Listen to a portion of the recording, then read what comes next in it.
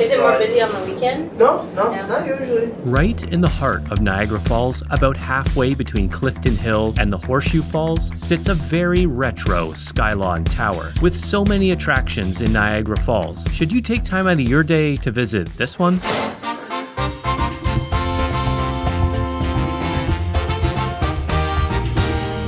Located between Murray and Robinson Street, Skylon Tower is very centrally located. It's surrounded by many of the big and popular hotels that overlook the falls, so it's easy to get to. Plus, there's a parking lot on site which costs about $20. Skylon Tower began operating in 1965 and cost $7 million to build. It was built using the slip form method, which is the same technique used to build the CN Tower in Toronto.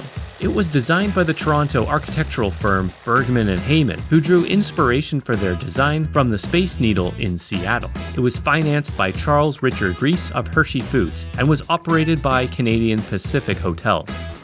Over the years, this Niagara Falls attraction has changed hands several times, but with little effort over the years to make improvements or update the attraction for modern visitors. At least it appears that way to me. If you enter the building from the parking lot, you'll notice the main concourse has been updated sometime in recent years, and the revolving dining room got a facelift around 2018. But from what I could see, little else has changed since probably the 70s or 80s. We entered from Murray Street and the exterior escalators, and this way is much more entertaining. Walking through the doors and entering the building is like taking a step back several decades. Not only was the place completely deserted, but at least half the arcades were out of order.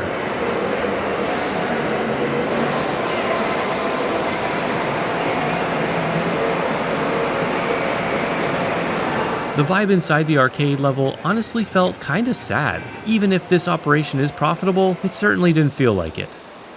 We visited May 24th, and I would have expected this place to be a little more lively, given that tourist season was just kicking off. This is like a time capsule. This is like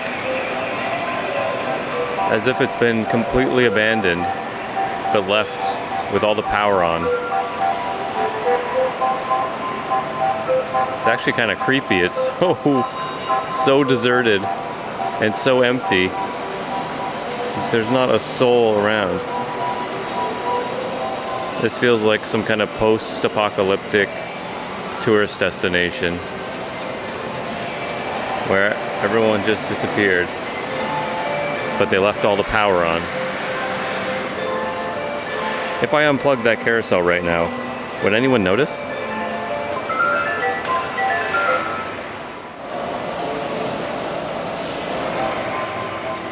From the arcade level, we took the escalator up to the main concourse and the bank of elevators. If you're planning to visit Toronto and Niagara Falls, I just want to mention that the differences between the CN Tower in Toronto and Skylon Tower are vast. I have a full tour video of the CN Tower and I'll put a link to it below in the description. I can't wait.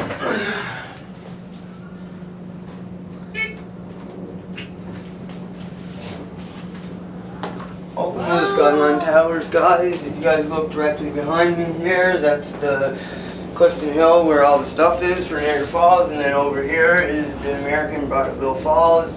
American is the bigger one, Braddockville is the smaller one. Once you get up top, go over to the right if you guys want, and you guys will see Horseshoe Canadian Falls. We're 520 feet top to bottom, 160 meters. Once 9 o'clock hits, it's right from 9 o'clock until 2 o'clock. They light up both falls with all different crazy kind of colors, and then 10 o'clock tonight there's fireworks. If you guys have any questions, just ask. I hope you guys enjoy the ride, and I hope you guys enjoy your time up there. You guys can move around.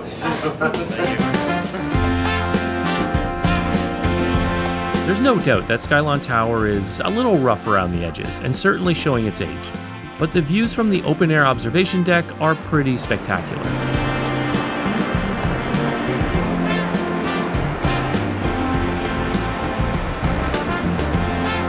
The views offer a unique perspective of the entire region of Niagara and New York State. Plus, on a clear day, you can see the Toronto and Buffalo skylines. The only other way to get these views is to book a helicopter ride, so this is definitely the more economical option. This attraction has seen better days, but where else can you climb 775 feet above massive waterfalls and get a bird's eye view like this? Plus, my daughter loved it and couldn't care less about the peeling paint or weathered materials, and that's something I try to keep in mind. Niagara Falls is beautiful, and there's lots of great attractions along the Niagara River Gorge which are truly amazing.